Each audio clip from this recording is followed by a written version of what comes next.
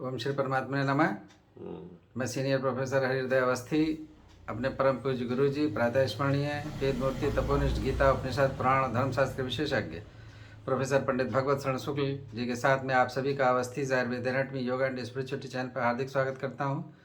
गुरु जी हम लोग को सांख्य कारिकाओं की कारिकाएँ समझा रहे हैं। 51वीं कारिका है, उसको सरल शब्दों में हृदयांगम करने के लिए चलते हैं गुरु जी की ओर। नमोस्त्वनंताय सहस्रमूर्तये सहस्रपादाक्षि शिरोरुबाहवे सहस्रनाम्ने पुरुषाय शाश्वते सहस्रकोटि युगधारिणे नमः। कृष्णाय वासुदेवाय हरे परमात्मने प्रणतक्लेशनाशाय गोविंदाय नमो नमः। इस चैनल से संबद्ध सभी विद्वद्गण, सभी जिज्ञासु छात्रवृंद, सहृदय सज्जन वृंद एवं इस चैनल के संस्थापक तथा प्रबंधक आचार्य हरिहृदय अवस्थी जी, सांख्य शास्त्र की इस विचार परंपरा में आप सभी का स्वागत है। आज हम लोग 51वीं कारिका पर विचार करेंगे। इसमें बताया गया है, आचार्य वाचस्पति इसके अवतरण में कहते हैं, गौड़ मुख्य भेदई सिद्धि ही आ। गौड़ और मुख्य भेद से सिद्धियों के कितने स्वरूप हैं उसके विषय में चर्चा हो रही है। ऊहा शब्दोध्ययनम दुख विघातास्त्रय सुहृत प्राप्ति दानं च सिद्धयोष्टौ सिद्धे पूर्व अंकुशस्त्रिविधा। अर्थात ये 8 सिद्धियां बताई गई। 8 सिद्धियां कौन है? ऊह अर्थात तर्क, शब्द अर्थात शब्दजन्य अर्थ ज्ञान, अध्ययन और 3 आध्यात्मिक, आधिभौतिक, आधिदैविक, इन तीनों दुखों का विघात, सुहृत प्राप्ति और दान। तो ऊह शब्द अध्ययन ये 3 हुए। आधिभौतिक दुख विघात, आध्यात्मिक दुख विघात, आधिदैविक दुख विघात, ये 3 हो, 3 3 6 हुआ। सुहृत प्राप्ति 7 और दान 8। ये 8 सिद्धियां बताई गई हैं। और सिद्धि के पूर्व जो है ये 3 जो है अंकुश हैं। ये 3 अंकुश कौन कौन है? विपर्य, अशक्ति और तुष्टि। तो विपर्य, अशक्ति और तुष्टि ये सिद्धि की विरोधिनी है। तो इसलिए लिखा कि सिद्धे पूर्व अंकुशस्त्रिविधा। तो इस कारिका का इस तरह से ये अर्थ निरूपण हुआ। अब इसकी व्याख्या आचार्य वाचस्पति मिश्र बहुत ही वैदिष्यपूर्ण स्वरूप से करते हैं। वो कहते हैं ऊहा। ऊहा का अर्थ होता है तर्क।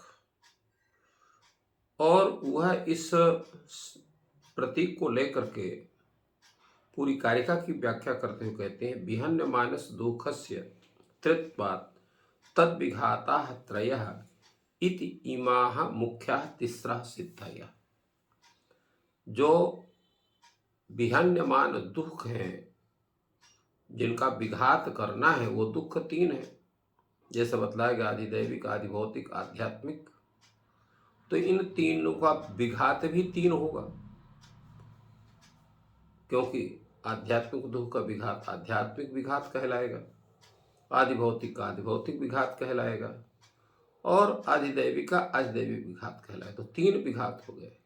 तो इस प्रकार ये 3 मुख्य सिद्धियां होती हैं, तीनों विघातों वाली। और तदुपायतया तो इतराः गौण्याः पंच सिद्धयः। क्योंकि इस सांख्य शास्त्र का जो मुख्य प्रयोजन क्या है? पहला ही मुख्य प्रयोजन दुःखत्रय विघाता। ये दुखों का विघात ही मुख्य प्रयोजन है। तो तीनों दुखों के विघात हो जाना ही ये 3 मुख्य सिद्धियां। तो चूंकि 8 सिद्धियां बताई गई जैसे पूर्व में कहा गया, तो इन 8 सिद्धियों में ये 3 सिद्धियां मुख्य हैं और जो 5 सिद्धियां हैं वो गौण है। तो वो 5 सिद्धियां जो गौण है वो क्या है? वो हेतुभूत है। तो ता अपि हेतु हेतु मत्तया व्यवस्थिता। हेतुमत है यहाँ पर 3 सिद्धियां। तीनों दुख त्रिविघात की जो 3 सिद्धियां हैं वो मुख्य हैं, और हेतु है ये 5। तो उसमें जो पहला हेतु है सिद्धि वो क्या है? तत्र अध्ययन लक्षणा सिद्धि हेतुरेव। इसमें अध्ययन स्वरूप जो सिद्धि है वो वस्तुतः हेतु, क्योंकि बिना स्वाध्याय के, बिना अध्ययन के ज्ञान की प्राप्ति नहीं होती। इसलिए अध्ययन सर्वथा मुख्य हेतु है उसमें। मुख्यास्तु सिद्धिया हेतु मत्येव।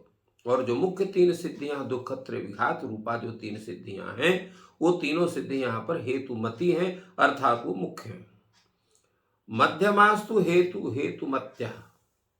और मध्यम जो है ये आत्मा की सिद्धियां जो हैं वो शब्द हो गया, ऊ हो गया, सुहृत प्राप्ति हो गया, दान हो गया, तो ये मध्यमास्तु ये हेतु हेतुमती है। अध्ययन पदार्थ क्या है? तो विधिवत गुरुमुखात अध्यात्म विद्यानाम अक्षर स्वरूप ग्रहणम अध्ययनम प्रथमा सिद्धि। तो प्रथमा सिद्धि अध्ययन रूप क्या है? गुरुमुख से अध्यात्म विद्या के अक्षर स्वरूप का ग्रहण करना, उसको ज्ञान करना। तो विधिवत का तात्पर्य क्या है? विधिवत का तात्पर्य है कि गुरु के पास जिज्ञासु भाव होकर के श्रद्धा पूर्वक संपूर्ण आचार विचार का परिपालन करते हुए समर्पण पूर्वक, जिसको हम लोग क्या कहते हैं, शरणागति रूप में होकर के गुरु के पास जाना, और गुरु के मुख से जो अध्यात्म विद्या के अक्षर निकलते हैं उन अक्षर स्वरूपों का तदरूप में अत्यंत श्रद्धा के साथ जिज्ञासु भाव से उसको ग्रहण करना ही अध्ययन पदार्थ है। क्यों उसको अध्ययन कहते हैं? उसका मुख्य कारण यह है कि वाणी जब गुरु के मुख से निकलती है तो एक उसमें विशेष शक्ति होती है। उस शक्ति का आधान शिष्य के हृदय स्थल में होता है कर्ण के माध्यम से। तो कर्ण में जब गुरु के वाक्य पहुंचते हैं तो उसमें उस शक्ति, उस सामर्थ्य के, वाणी के सामर्थ्य से उसके हृदय को इस रूप में प्रभावित करते हैं कि उसके अंदर का जो विवेक है वो जागृत हो जाता है। इसलिए वो अध्ययन पदार्थ। ग्रंथ से आप पढ़ेंगे तो वो उसमें उन ग्रंथ के उन शब्दों में वो शक्ति नहीं है कि आपके हृदय के विवेक को जगा सके। इसलिए गुरु का महत्व होता है। इसलिए वो अध्ययन नहीं होगा। अध्ययन पदार्थ वही है कि गुरु मुखात उच्चारण पूर्वकम उच्चारणम तद्रूपेण ग्रहणम, वही अध्ययन पदार्थ है। इसलिए वो प्रथमा सिद्धि जो है कही गई है, इसलिए उस सिद्धि को हम तार शब्द से कहते हैं। वो सिद्धि तार कही जाती है, उसका नाम तार है, क्योंकि वो तरण का हेतु है। संसार रूपी सागर से तरण का हेतु क्या है? गुरु के द्वारा संप्राप्त अध्ययन। इसलिए अध्ययन को तार शब्द कहते हैं। परंतु अध्ययन का जो स्वरूप होगा, जो साधन होगा, क्या होगा? वो होता है शब्द। तत्कार्यम शब्द। उस अध्ययन का कार्य क्या है? शब्द। क्योंकि शब्द के रूप में ही हम जो है उस तदर्थ के रूप को हम ग्रहण करते हैं। तो शब्द इति पदम शब्द जनितम अर्थ ज्ञानम उपलक्षयति। शब्द यहाँ पर क्या है? शब्द है पद।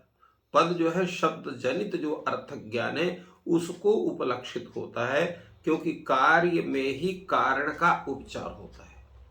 तो यह जो सिद्धि है शब्द रूपा सिद्धि, यह कैसी है? द्वितीय सिद्धि है। इसको कहते हैं सुतारम।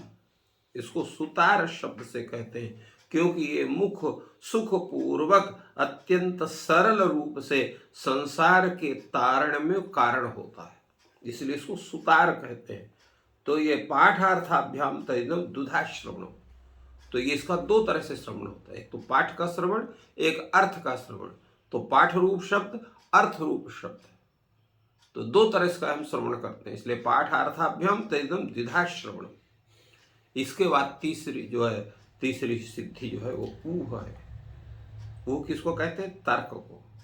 आगम अविरोधी न्यायेन आगमार्थम परीक्षणम तर्क। आगम का जो अविरोधी न्याय है अर्थात युक्ति है, उस युक्ति के द्वारा आगम के अर्थ का जो परीक्षण है वही है यहाँ पर तर्क शब्द का है, अर्थात शास्त्रानुकूल युक्तियों से शास्त्रोक्त विषय की परीक्षा करना ही वो है, तर्क है। जैसे आपको कोई विषय आपको समझाया जा रहा है तो उसमें आपको जो वह अर्थ है, उसमें जो आपको जिज्ञासा होती है, उस जिज्ञासा को या तर्क को आप उपस्थापित गुरु के सामने करते हैं और गुरु उस तर्क के आपके द्वारा उत्थापित जो तर्क है, जिज्ञासा है, उसका समाधान करके उस सिद्धांत विशेष का सम्यक ढंग से उसका प्रतिपादन करता है।